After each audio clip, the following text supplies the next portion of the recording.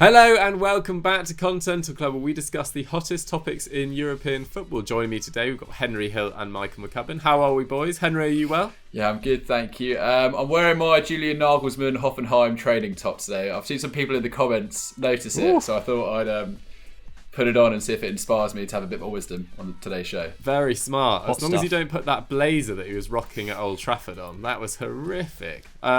McCubbs, are you well? Any fancy blazer on? Any particular fashion piece you're proud of today? No, I'm wearing a fairly new jumper. Quite like this jumper. Nice. I bought it recently, and wearing a bit of red to commemorate the great victory last night. I thought actually that Nagelsmann jacket, blazer, whatever it was, I thought it reminded me a lot actually of Zach Jalab's suit from the 2019 FBAs. Oh yeah. Which I actually quite enjoyed. I actually quite liked that. I think Zach pulls it off better than Nagelsmann, personally. Absolutely. That's not just me being biased, but yeah. He really did stand out in that awards night, actually, because he's a big guy, obviously, and that was very vibrant indeed. But fair play to him. I appreciate the bravery. Anyway, today on Continental Club, we are discussing La Liga and whether it is falling in quality, because the Noob Master 69 said, is the La Liga dominance in Europe finally over? The Ducky Sock said, is La Liga in decline? Teams like Atleti, Real and Barca simply don't incite fear in the Champions League as much as they used to. And that was just two of a number of questions about La Liga. And obviously it's quite topical because Real Madrid have failed to win either of their first two Champions League games. And they currently sit bottom, and they still have to play Inter twice. And Barcelona have had an inconsistent start to the season. Furthermore, this summer, La Liga ranked 4th in terms of spending behind the Prem, obviously Serie A and Liga. And the league ranked a very close second to the Premier League, exceeding £1 billion last year. But in 2020, that dropped to 366 million. So a massive decline in terms of spending. And the La Liga champions haven't breached the 90-point mark for the last two seasons for the first time since 2008-09. Whereas in the Premier League, we've seen some incredible campaigns put together from Man City and Liverpool in recent years. So we wanted to have a general discussion about the state of La Liga and whether the big boys are falling behind the rest of Europe's elite. But before we get into that, just a reminder to subscribe to Euro Football Daily and hit that notification bell. And also, a promise, if this video gets 4,000 likes and over 850 comments, one of us will do an Instagram live this weekend. I hope one of us pray dropped us in it. Okay, I'll do it. Fine. I mean, I can't just shove you in there. I'll do one on Football Daily, and you can join me in my continuing battle against coronavirus. If you can't notice, I do sound a bit ill. I apologise for that, but these two, I'm sure, will bring the energy as usual. Yeah. But anyway, enough of my babbling. Let's get into it. Trooper. Henry, Real Madrid. Oh, yeah. Weird start to the season. Not the best of starts at all. And that comes off the back of winning La Liga last season, which was only their first title since 2016-17 and only their second since 2012. It's worth remembering for all the success they've had in Europe. Domestically, it's been all about Barcelona, really. And having finished third in the previous two seasons, their 87 points is a huge leap from the 68 they managed in 2018-19. So they've really turned the screw on a misfiring Barcelona last season. And part of the reason was down to their brilliant defence. Their 25 goals they conceded was the best record since La Liga went to a 38-game season in the late 1980s. That kind of shows just how brilliant, the likes of Sergio Ramos and Varane were. Ramos sort of Benjamin Button, sort of never seems to age or get old. He's still performing at such a high level. And on the flip side of that, their attack hardly improved. 70 goals up from 63 in 18-19 with Benzema, and once again Sergio Ramos, the only players to have scored more than 4 league goals. Benzema with one of his best seasons, one of his most commanding seasons in a Real Madrid shirt to date. And this was reflected in their expected goals too. It went from 68.7 to 72.2, while their non-penalty XG also went from 62 to 64. And the big problem this season, their defence has got worse, ranking 8th in the league according to expected goals against. And this has made their issues going forward more stark. If you've a leaky defence at the back, it's sort of a fair amount of doubt spread through. I remember we were talking about how shaky they looked against Shakhtar Donetsk the other week. And it's the same again. It's worth reminding ourselves that they've gone out in the last 16 of the Champions League for 2 years in a row. And if you consider just how dominant they were and sort of unbeatable they seem to be in Europe, this is a bit of a backward step on the European stage. Why are they doing badly, do we think? I think it's probably a similar story to what we'll discuss with Barcelona later. I think it's poor investments. They spent last season £250 million on Hazard, Jovic, Rodrigo and Renier. Hazard is obviously the high-profile flop amongst that. 20 starts in the Champions League and League last year, 1 goal and only 4 assists. That's 309 minutes per contribution. And let's face it, I don't think any of us can see a moment where he's coming back into that side anytime soon. Jovic was more productive, registering 3 goal involvements in just 422 league minutes, but he's hardly played and he was pretty poor in his recent appearances too. And his shots in the box also fell from 3.2 per 90 at Frankfurt to 2.1. Rodrigo and Renier, they're only 19 and 18 years old. They were not bought in really for instant results if you think about it, and the €75 million spent to them may well be a bearing on the club's decision not to invest anything this summer. Renier obviously has moved off to Dortmund on loan, and Rodrigo, he's been playing fairly frequently recently in that attack. And while they spent nothing in the latest window, it's worth remembering that Real Madrid really focused on trying to sell players in order to raise funds. Premier League clubs spent an average of £63 million, and in the Serie A it was €34 million on average. These poor signings have meant the side is still over-reliant on Karim Benzema. He's accounted for 41% of their goal output last term, while his 0.7 expected goals and assists per 90 leads the squad this term. And now we move on to Vinicius. He looks more vital, 2 goals in the league, but there already appears to be a discord between him and Benzema. I think we all saw that clip of Benzema being quite rude about him at half-time. I mean, listen, I think I've spoken on the show before. I really am not a fan of Vinicius at all. I think we can only call him a prospect for so long. He's actually been there for quite a while now. He's had a lot of opportunities to shine. And honestly, I'm going to put it out there. I can see him being at like a Real Betis or something like that in a few years down the line. I struggle. No, genuinely, I don't think he has got the stature to really carry that Real Madrid attack. And like the whole process just looks a bit aged with Asensio, Isco. It's, they're trying to reinvent the wheel a lot of the time with these players. I mean, obviously they've delivered so much success, but now Zidane's coming under fire. And yeah, it is beginning. It's worth remembering that Modric is now 35 years old and they're still relying on him to come on and score. It's beginning really finally to look like the end of this wave of players, and I do think maybe a bit more investment's needed there. Yeah, I think the difficulty is for them is that they've made all these plans for next summer, taking into account the coronavirus situation this summer, not really spending money. But will Mbappe, Haaland, players like that want to go to Real Madrid if they seem so far off the pace in the Champions League? Like, can anyone really see them? I mean, it's going to be a struggle to get out of their group, let alone get past the sort of quarter-final at this stage. And you just kind of worry that the sort of their lack of spending this summer has really damaged them in pursuit of 2 sort of really elite teams that we've seen in Europe in recent times, in Bayern Munich and Liverpool. I just can't see them being anywhere near them, really. And you could even throw Man City, PSG are ahead of them right now as well. So I think there's major issues for Real Madrid. And then they also made some quite baffling decisions this summer. I think no one was really complaining that they loaned out Bale. No one was really complaining that they got rid of James Rodriguez because he didn't really fit Zidane's system anymore. But Reguilon, surely they could have got more use out of him at Real Madrid, or at least not permanently sold him, albeit with a buyback clause. Hakimi, who we've talked about on numerous occasions as well. And they didn't really strengthen their midfield as well, with one of Kroos and Modric probably going to have to play the majority of their games alongside Valverde and Casemiro.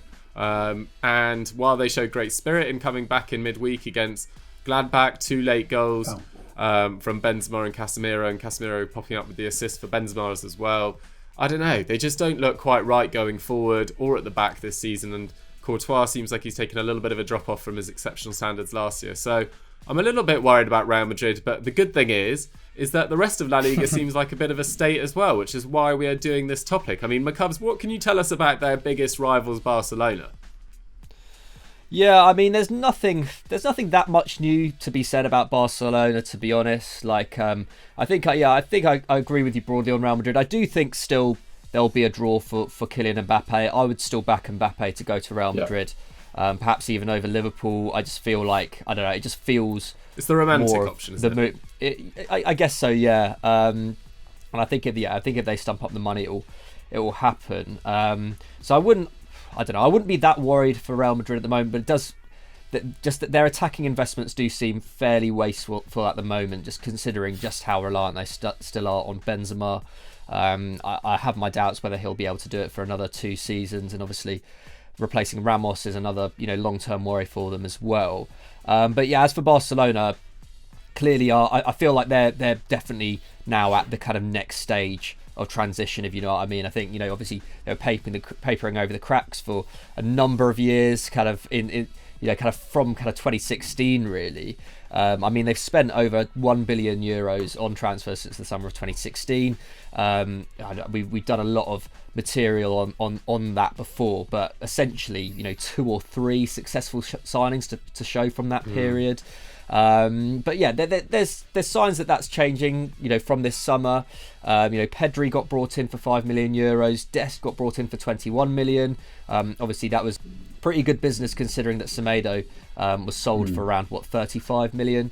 Trincao brought in for a bit more, 31 million euros. And all of them have shown pretty promising signs early on. I know you were full of praise, Doogie, for Dest in El Clasico, and I would agree. I think he was probably Barcelona's most impressive player, to be honest. And obviously their age profiles all look pretty good in terms of the club thinking a little bit long term again. Obviously Pedri's only 17, already getting a lot of minutes, more minutes than I expected. Dest only 19, and Trincao's 20.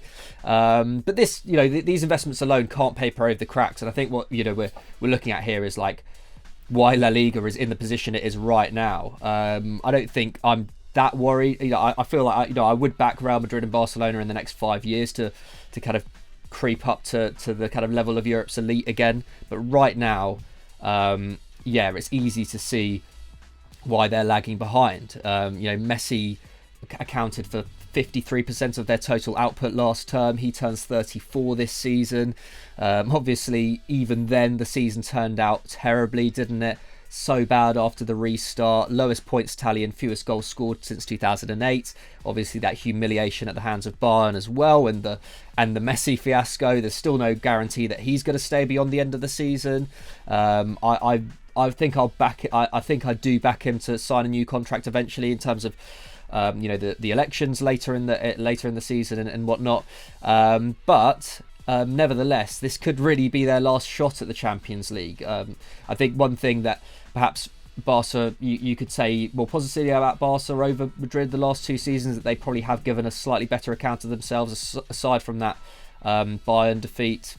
Obviously made the semi-finals in 2019, and had they not capitulated in that second half against Liverpool, I think they may well have gone on and won the competition. But nevertheless, they look miles off, like you were saying with Real Madrid, they look absolutely miles off Liverpool and Bayern especially. And as for Messi, he's actually taken a bit of a dip this season. Obviously, it's early days. It's in terms of like looking into the kind of underlying numbers after 5 games, it's quite difficult. But 1 goal, 0 assists in 5 games, 1.4 chances created per 90, 2.8 dribbles, and 3.6 shots. Okay, that looks pretty good for your average kind of creative attacking player. But it's so bad by Messi's standards. It's like really poor. And there were even points last season where he was not looking anywhere near his best. Still carrying the side, but not really looking anywhere near his best. So that's obviously a worry. And I guess, I don't know, Ronald Koeman, I think, is clearly trying very hard to try and find the best system and the best players to play in each position and whatnot. But he's obviously still yet to settle on a preferred 11. They've lost 2 of their opening 5 games, obviously including El Clasico last week.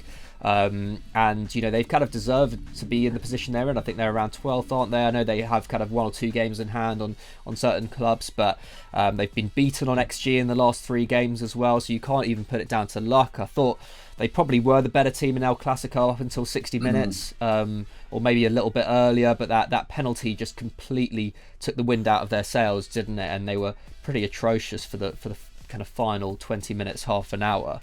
Obviously their shining light has been Ansu Fati, hasn't he? Like, he's been exceptional this term. I think he's actually shown an improvement on last season as well. Joint top scorer in La Liga so far with 4.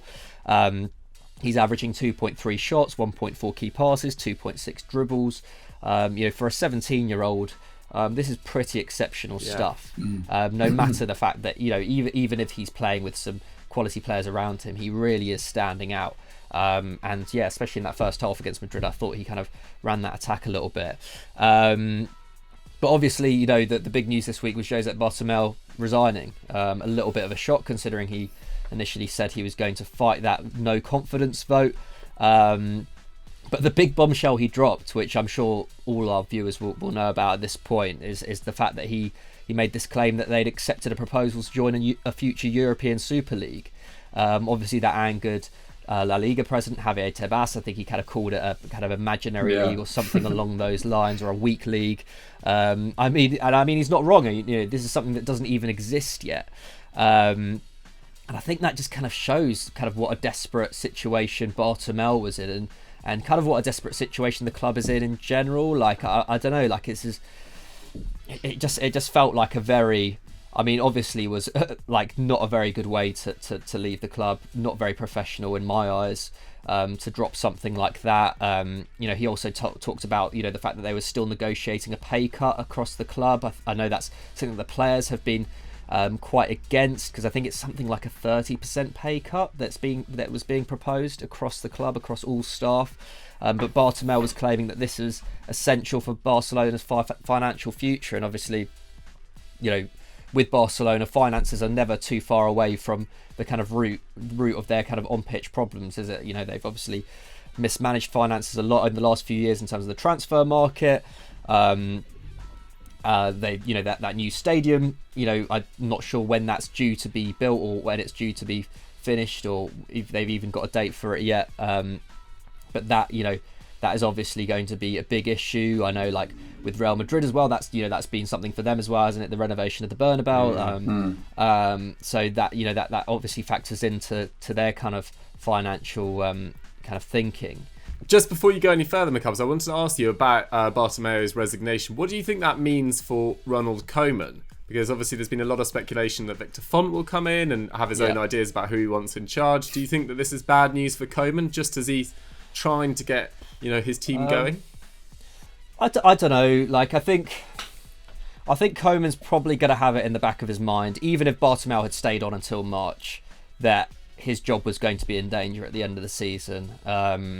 I think, whoever comes in, and it's likely at this moment in time to be Victor Font, isn't it, is going to really want to stamp their authority on the club. And Font is, obviously, kind of going on that ticket of, I'm going to bring Xavi in.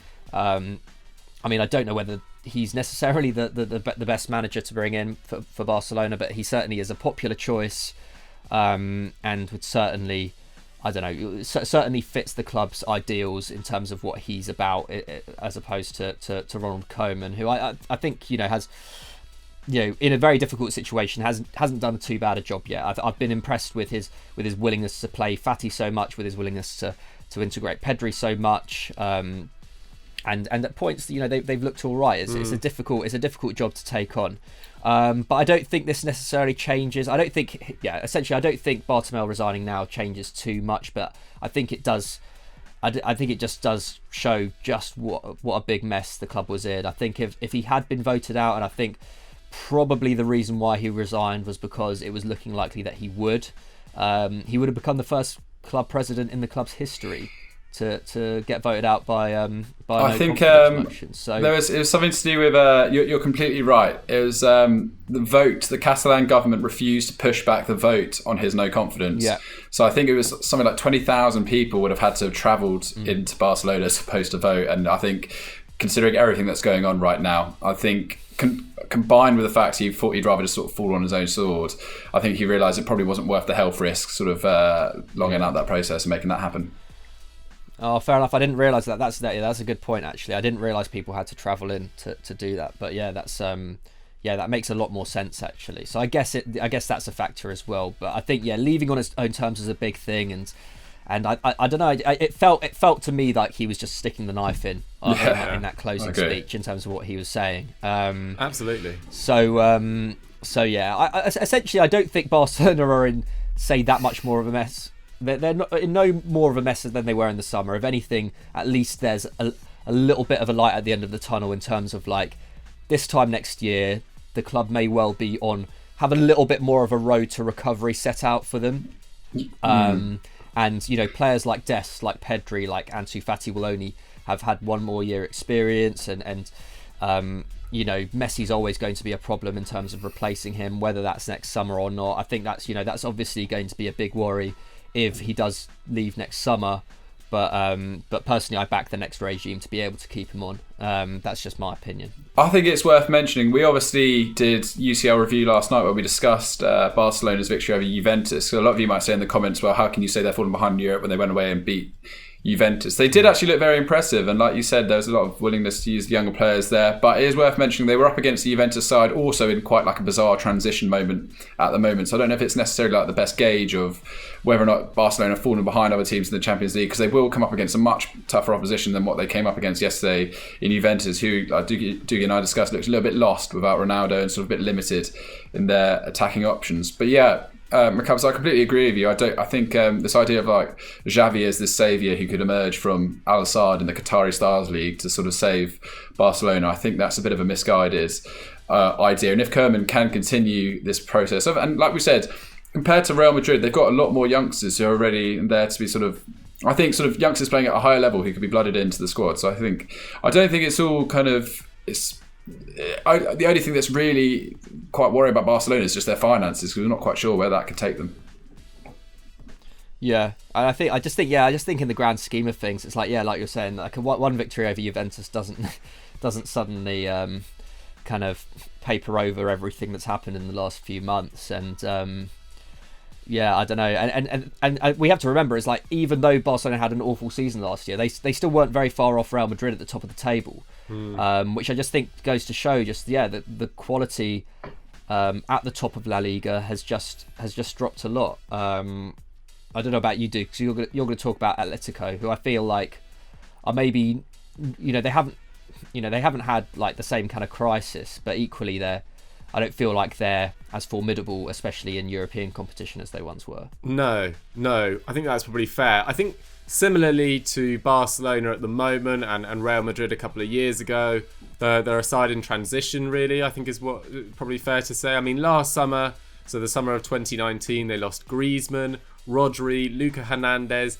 Diego Godin, Juan Fran, and in their stead, they brought in some really good players. I mean, they brought in João Felix, Marcos Llorente, Hermoso, Trippier, Renan Lodi and Felipe. So an entirely new defence, really. And it was difficult for João Felix coming into a new side where there was also 5 or 6 new players. It wasn't like he was coming into a settled side with a settled attack. They were rebuilding their attack post Griezmann, and it didn't work out perfectly, but it didn't work out disastrously. I think he got 11 goal involvements in about 33 League and Champions League games. So he was 1 in 3 is not too bad a return for someone so young. But they finished 17 points behind Real Madrid, and they were never really in a title race, really. Their 70 points was their lowest tally since 2011-12 when they finished 5th.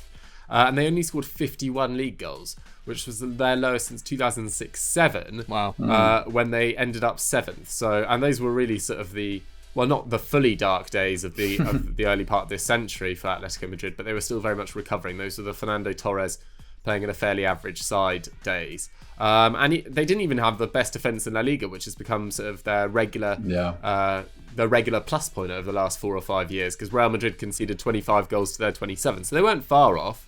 And then So their league performance was quite disappointing, and they were also disappointing in the cups. You've got to say they lost in the first round of the Copa del Rey in the round of 32 to Cultural Leonesa, and they were then beaten in the Champions League quarterfinals by RB Leipzig as well, after a really solid two-legged performance against Liverpool. Yes, they rode their luck, and yes, Adrian made some mistakes, but it was, they more than held their own against the European champions, or the then European champions, against Liverpool. And actually, I thought they were kind of excellent in that second leg at Anfield.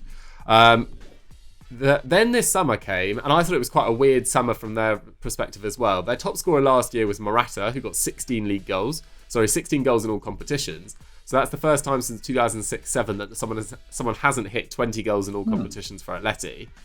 But he got loaned out to Juventus. Santiago Arias, the backup right back, went to Bayer Leverkusen, and they obviously sold Thomas Partey. So that's Rodri, Griezmann, Partey, and Luke Hernandez, who have all left for big money in the last 12 months. And yes, they're sort of rebuilding or transitioning. They're also paying off the Wanda Metropolitano, of course, which is an absolute cathedral of football. Looks really impressive, but you can't really expect to be competing for titles in this period.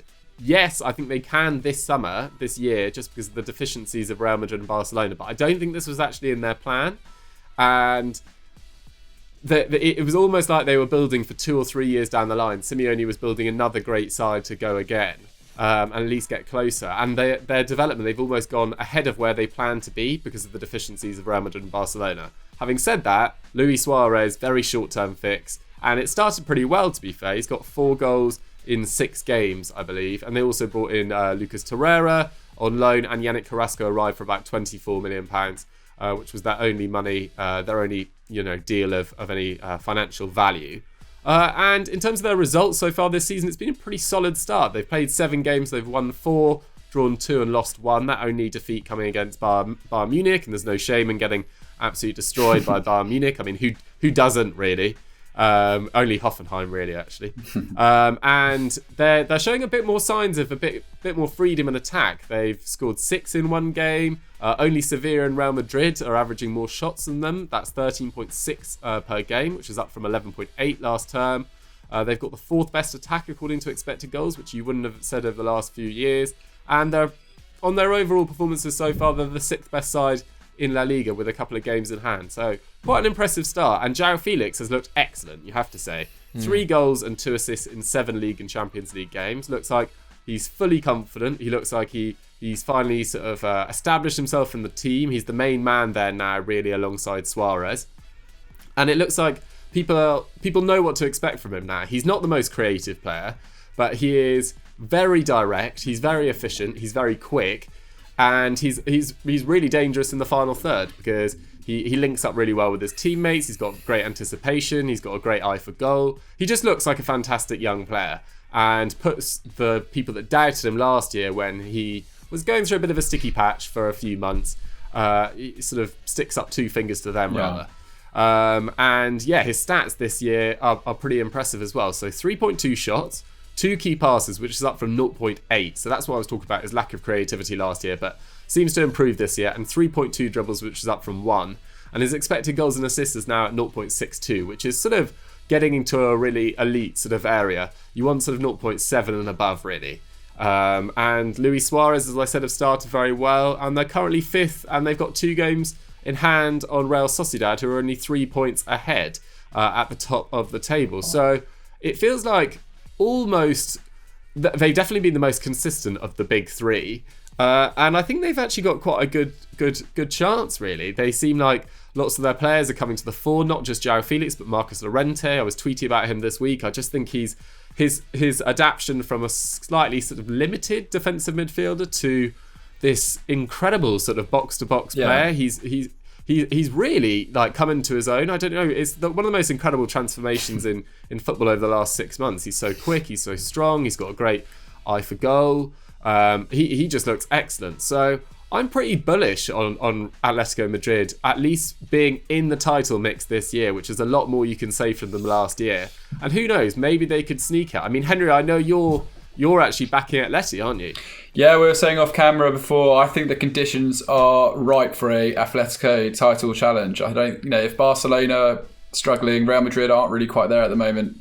Atletico are sort of, they're not going to win by a considerable margin every game, but I can just see them sneaking through. And even in the Champions League against Salzburg, it was quite refreshing to see, because that could have been a real banana skin, but the way they managed to grind out 3 points there, and once, like you said, Llorente scoring a great goal and João Felix being involved as well. I just think they may be missing a little bit in the midfield. I know they were really disappointed with Thomas Partey wanting to leave because, like you said, Simeone had been building a side and he'd backed Partey, because there was a time where Partey really wasn't rated at all by the Atletico fans. I mean, I certainly didn't think he was particularly good for an extended period of time. But the fact that they've managed to get themselves in a situation, they've started the season strongly, and they're the kind of team that really builds into a season. If they can get their nose in front, then I think, like I said, this is a real kind of opportunity for them to press on. Fair. It's worth also mentioning, not just the big three, that La Liga has had some good results in European competition through Sevilla last year, winning the Europa League. They obviously had a great run. I think they beat Roma, Man United and Inter Milan in the final. Very deserved winners. There were some excellent performances in that all across the team. Lopetegui deserves a lot of credit for sort of rebuilding his career in Seville. Granada have caused some shocks. Getafe as well under Bordalas. And then this year, Real Sociedad, as we've mentioned a couple of times, now sitting pretty at the top of the table. Alguacil deserves a lot of credit. I think Oyarzabal, Porto, players like that are really coming to the party, and Alexander Isaac as well looks like he's going from strength to strength as well. So there are some. It feels like the competition in La Liga has slightly increased, and maybe the top teams getting slightly worse. Those teams have slightly increased. It's led to more competition. It's led to more interest. I think it's quite positive. Same. McCubs, if you were going to look for one sort of factor, one single factor in La Liga's decline, would you just say it's the big clubs just tightening the purse strings, or do you think it's something else? I think it's just a kind of natural end of era sort of thing. Like Barcelona have been, because of Messi, have been able to paper over cracks that have kind of been there since Xavi left in some ways, like kind of 2015, 16 sort of time. I think that, a lot of those players started to kind of pass their peak years. I know, Busquets has been particularly kind of under the spotlight recently in terms of his kind of decline, which has been apparent for the last 2 or 3 years, hasn't it? Yeah. There's a reason why they bought Frankie de Jong in 2019. But I think that's basically it. We saw it, and Real Madrid as well.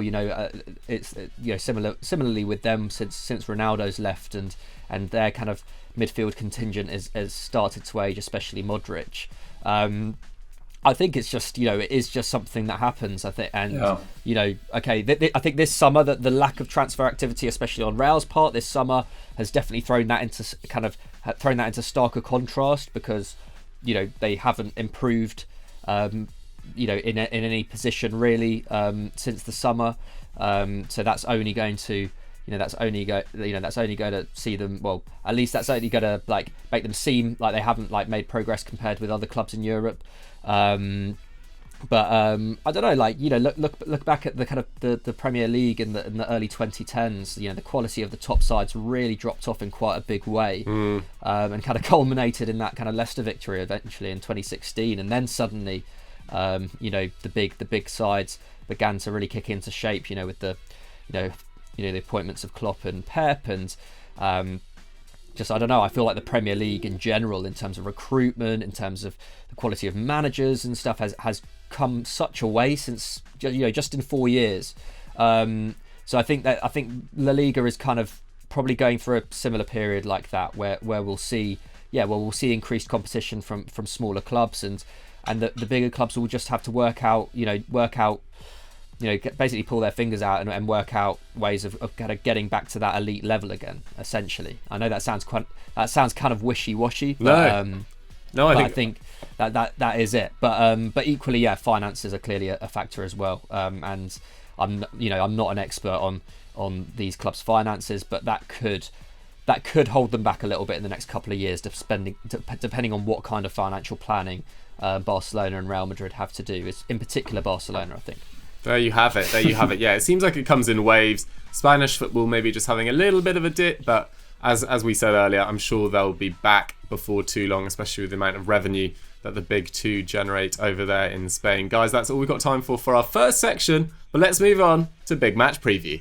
There are some monster clashes in Europe this weekend, including Napoli versus Sassuolo in Serie A. That should be an absolute goal fest, and Lyon versus Lille in Liga. But we are heading to the Bundesliga for our big match preview because Gladbach host top of the table RB Leipzig. Leipzig have actually won 4 of their last 5 meetings, but dating back to February 2018. And weirdly enough, since Leipzig gained promotion in 2016, Mönchengladbach have lost on all of the 4 occasions in which they've been the host. So the weight of history against Gladbach. But Henry, they'll be, fairly pleased with their performance against Real Madrid this week, although they did drop the points in the end, or drop 2 points, I should say. I completely agree with you. Marcus Thuram looked quality in that game. I think he's really emerged, along with Alisson Player. I mean, the thing about Mönchengladbach, they've sort of gone from a nearly manned team of German football. They've really thrust themselves into kind of the Champions League top of the table spaces over the last few seasons. It's really exciting to see. If we look back at 2019-20, this was their first season under Marco Rosa, really exciting boss, and they achieved their highest points tally since 2014-15 under Lucien Favre. That was his final season in charge. They got 65 and their highest goal difference too of plus 26. Yeah, like we said, attacking flair running through that team. Is it Mbolo up top as well? Yeah. And their expected goals of 73.6 also ranked them 3rd in the division, above Borussia Dortmund and Bayer Leverkusen, and marginally behind Leipzig, as you said. I'm really surprised to hear that stat of how badly they performed against Leipzig over the years. But yeah, this season it's not quite been the best of starts, which is what makes their Champions League performance all that more impressive. They also got that draw away to Inter Milan. Really, on both occasions, they've dropped points there. I think they'll be. They could have been top of that group with 6, but are on 2. But they really had an opportunity to grab that group by the really go after it. Anyway, we'll get on to that in a minute. But this season, they're only generating 1.9 expected goals per 90, although that does drop to 1.4 without penalties. And their XG per 90 was 2.2 last term, so that does show you that drop off there. And if we look at their results, it's not been great. They were battered 3-0 by Dortmund on the opening day, although in many ways that's fair enough with Haaland in the form he's in. They also drew to Wolfsburg and Union Berlin and then scraped past the bottom placed Mainz 3-2 last weekend. These are points they'd really be expecting to pick up, certainly against Union Berlin. However, they do rank, it's worth mentioning, they do rank 4th for shots with 14.2, practically the same as last season, actually. And their shots in the box actually risen from 9.6 to 11. So, I mean, they went from being, they were quite like a counter-attacking side. Perhaps they're trying to play a bit more football and get the ball into the box. And this is a good base from which their chance creation can improve. So yeah, if we look at that Champions League performance against Real Madrid, 2-0 up with only about 5 or 6 minutes to go, and they've gone back to 2-2. Marcus Thuram was excellent, as we said. He's got 2 goals, 2 shots in that game from 2 dribbles, 1 chance created. His opening finish was really class. The player also had a great game with 3 shots, 3 dribbles, 2 key passes, including that excellent assist for Thuram. And then also there's Lars Stindl as well. He's been brilliant. He's a brilliant presser of the ball. He won, in fact, 7 of his 9 attempted tackles and winning possession 9 times in total. He didn't win anything. But their defending has let them down. Undone by 2 balls in the box. I mean, really, you've got to be looking to close out those games. There's a bit of worry there. It kind of shows you where they're a bit maybe fragile at the back at the moment, that they're conceding so late on. But they remain without the Dennis Zakaria, who's really influential. He's been out since about March. I think Liverpool were looking at him quite seriously at one point. Although Neuhaus and Christoph Kramer have deputised well in that double pivot role recently. But yeah, I mean, it's so strange that they're struggling so much in the league and yet being able to take it to the big games in the Champions League. I think they just need to get their form right, and they're like we said, they're one of the most attacking sides in the Bundesliga. Really exciting to watch. So yeah, I'm excited to see how they do actually line up against Leipzig, who suffered that pretty in the end quite embarrassing defeat away to in Old Trafford. Yeah, I was going to ask McCubs, are you, Yeah. you know, having watched that last night, are you sort of, you know, you're obviously delighted and very probably proud of the Man United team and Marcus Rashford, as you should be for his actions on and off the pitch at the moment, but are you prepared to stick the knife into RB Leipzig? I mean, you were the one watching it. We were watching Barcelona Juventus. Just how poor were Leipzig? Oh, they were terrible. I mean, maybe I'm being a bit harsh because it was, you know, they collapsed. They really did collapse in the final 20 minutes, and I think that's something that's quite uncharacteristic of them. I mean, I don't watch all their games. If there are Bundesliga fans who claim that they have a tendency for that, let me know. But I don't believe so, especially not a Nagelsmann side. And in the first half, I thought they took a little bit too long to grow into it. I thought that United played through their press far too easily. This is a United side which has, over the last year or two been particularly bad at dealing with a high press, and Leipzig really not until kind of the 35-minute mark really began to test them in that way. So I just think it was a bit of a poor evening for them. But I wouldn't let that take away too much from their start to the season. Despite losing Timo Werner in the summer, obviously we thought that would have a profound effect on the side. They still lead the Bundesliga after 5 fixtures, and that's according to expected points as well. So they have been very solid. Only Bayern Munich have scored more than their 12. Dortmund have only conceded fewer than their 3.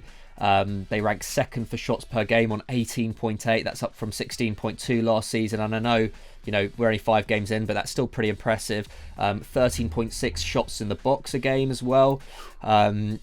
So yeah, I was particularly surprised at how poor they were against United, having kind of seen these numbers before.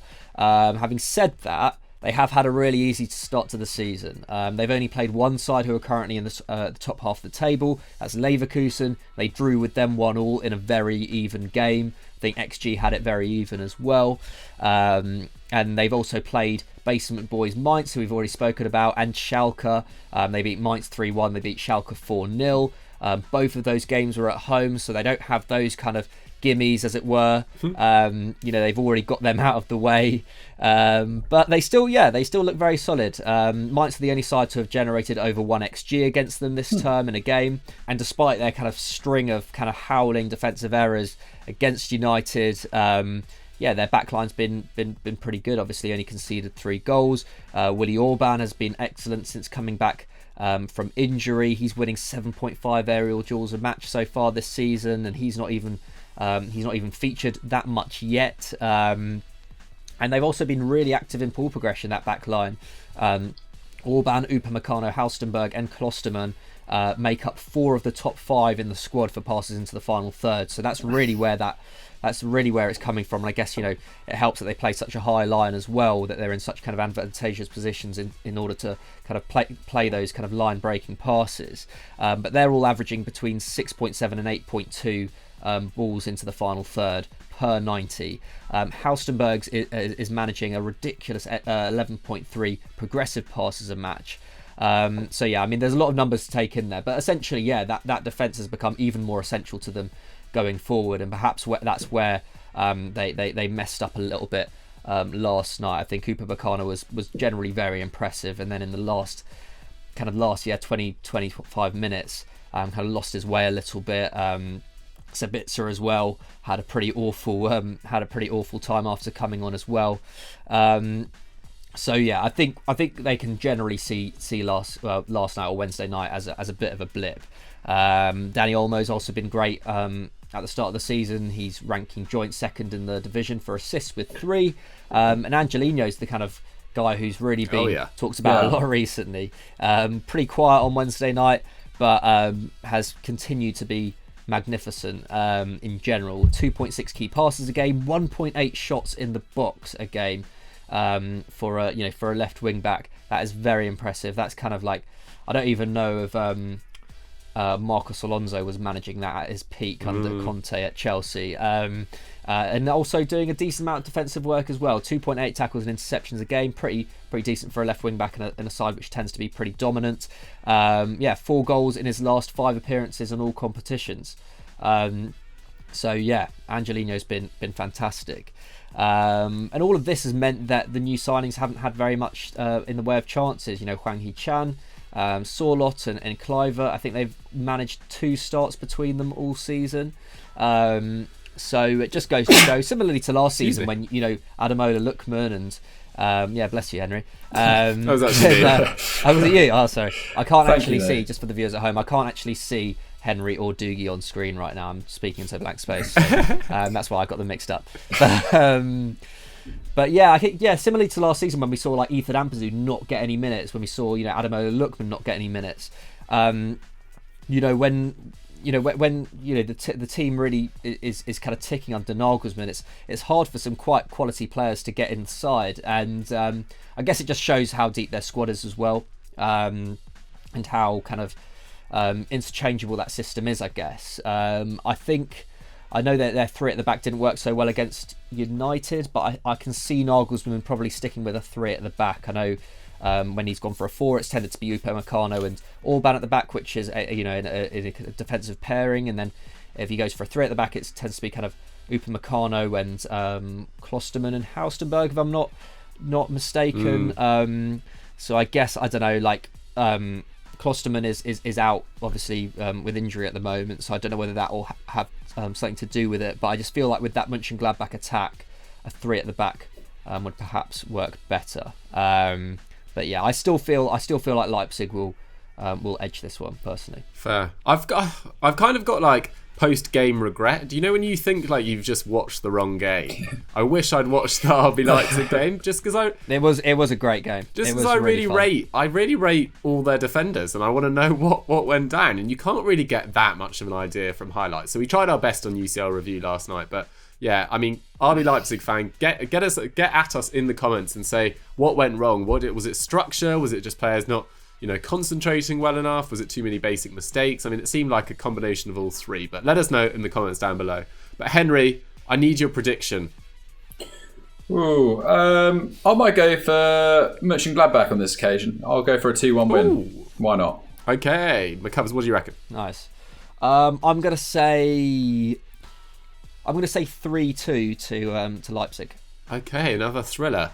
Well, Gladbach actually have the much fitter squad, except for Zakaria, who's out, youngsters Jordan Bayer and Andreas Poulsen are their only major injuries. But for Leipzig, they're without Konrad Lehmer, who's been out since August, big loss, as well as Klosterman. Although Amadou Haidara and Nordi Mukiele could be back for this game after Haidara spending some time on the sidelines with coronavirus and Mukiele with thigh problems. So hopefully Nagelsmann will be boosted by their return. I am going to go with the 2-2 draw, but a very entertaining 2-2 draw. I think these two sides are 2 of my favourites to watch in Germany. I think they're very, very good. But yeah, disappointing result for RB Leipzig in midweek, so they'll be keen to bounce back. Guys, get your score predictions in the comments down below, and let's quickly move on to our quickfire question. Our quickfire question comes in from Swagato is back, and it's what are your thoughts on the European Super League? Henry, you've kicked off both sections, so McCubbs, I'm going to come to you first. Are you a fan? Are you an enemy? What do you reckon? I'm not going to be, offer anything particularly new here or unique in that I'm pretty against the idea.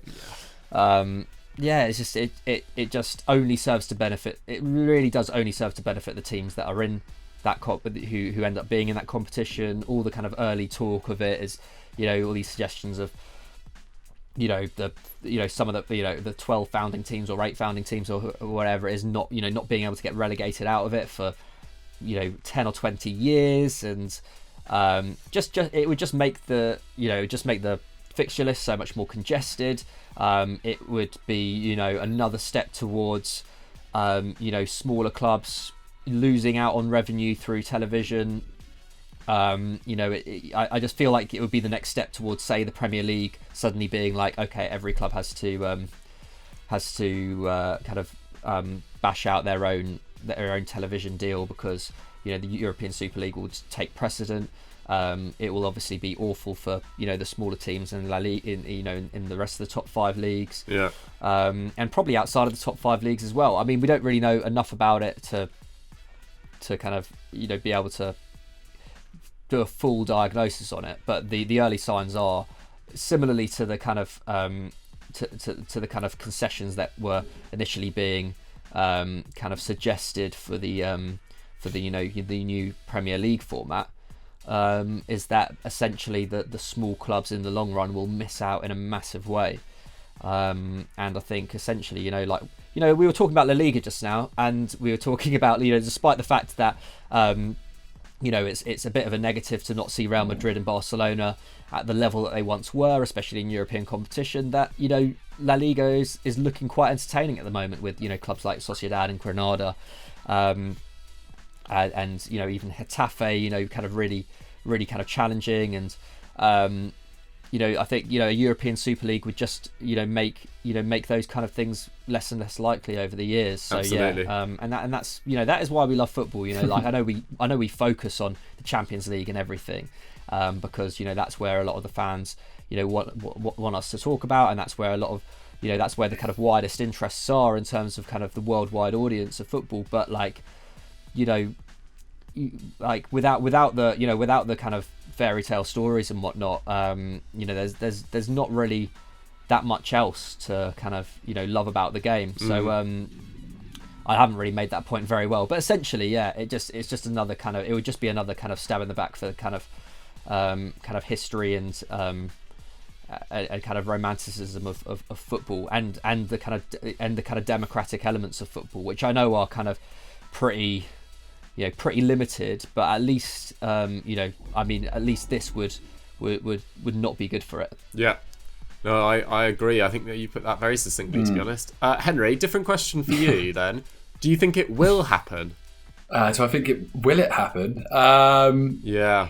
Will it happen? Well, they were saying 2022, and then they were saying 2024, maybe the earliest start date. That's what I believe I read yesterday. I mean, it's gonna come up against some serious opposition. I think a lot of if Liverpool United are pushing it, they're gonna get a serious backlash, because they don't know if the fans necessarily want this to happen. This is quite clearly something being driven by their American owners. Maybe they don't need to emphasise the word American in there, but it's that's it's I'm the same as McCarthy, so I'd love to say anything different. I'm fundamentally against it. I think it ruins the romance of football, and I think the more that the game goes towards sort of greed and financial gain, it's only going to be a worse thing for the game as well. Will it happen? I mean, there seems to be, I reckon a version of it will happen. I reckon something will change, whether it's the Champions League. I know they're planning to expand the Champions League, but I don't know if, I think like a style of competition will emerge, but I can't imagine an 18 team league being developed and being run succinctly with the Premier League or whatever. It just seems bonkers. And like I said, I think it's going to receive so much aggression from the wider football group that eventually whoever's trying to put this together may have to put it down.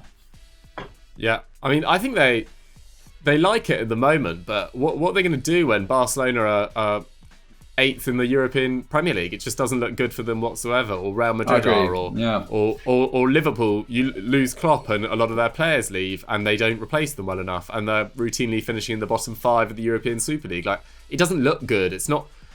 No one is asking for this from a fan perspective. The Champions League has been, I think, at some of its strongest over the last 2-3 years. The Bayern Munich team last year was one of the best teams in Champions League, modern Champions League history, I would argue. Some of the games we've seen recently, Barcelona, Roma, Barcelona, Liverpool, Spurs, Ajax, there's enough drama that there's the Champions League has felt like it's at a real high, I would say, in terms of interest, competition, the young talent coming through, the format seems just perfect. I don't really see any reason to change it other than the biggest clubs in the world being financially driven and trying to dress it up as some sort of charity, but because that's what Project Big Picture was really. It was just pulling the wool over our eyes as they grabbed power. So I'm not for it at all. I don't think anyone on the channel is probably for it, and I hope it never happens. And it's just no need for me. Agreed. At all. Agreed. But yeah, Swagato, that's our response to your question. It was a very good one. It actually got me quite hot under the collar despite my illness.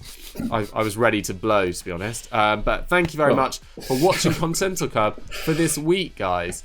Yeah, we've covered a hell of a lot of information in there about La Liga and big match preview for this weekend. We've gone to the Bundesliga as well. We've talked about the European Premier League, so I hope you enjoyed it. And remember, 4,000 likes and, what did I say, 850, Yes. 100 comments, 1,000 comments, and I'll do an Instagram live. I don't know whether you really want me to. I'm feeling pretty snotty, to be honest, but yeah. I'll happily take it if you're not feeling good man, it, McCubs, good man. But yeah, enjoy your weekend, guys. And just before we go, McCubs, what should they go and watch now? Go and catch up on the football pyramid from last weekend. Yes. And tomorrow there's a very special guest on it. Am I allowed to say? No, why don't we leave it as a surprise? I'll leave it, but it's me versus a very, very special guest from the YouTube world. KSI. It's KSI. And, yeah, it's KSI. Yeah, we managed to get KSI on because he loves the channel so much. Brilliant. And could really do with the extra publicity from our subscribers. Absolutely. Those 400,000 go a long way. We appreciate every single one of it. Exactly. I think that's what I'm going to suggest. Perfect. Any words of wisdom from you, Henry? All I'll say is we've got a new style of FD10. Well, not new style, but we're doing a 10 things we've learned kind of style FD10, which is coming out on Saturday, I believe. So check that out. And if you like that kind of format, we'll be doing that more. So yeah, let us know what you think. Sweet. Smash that like button, leave a comment, and we'll see you next time. Peace.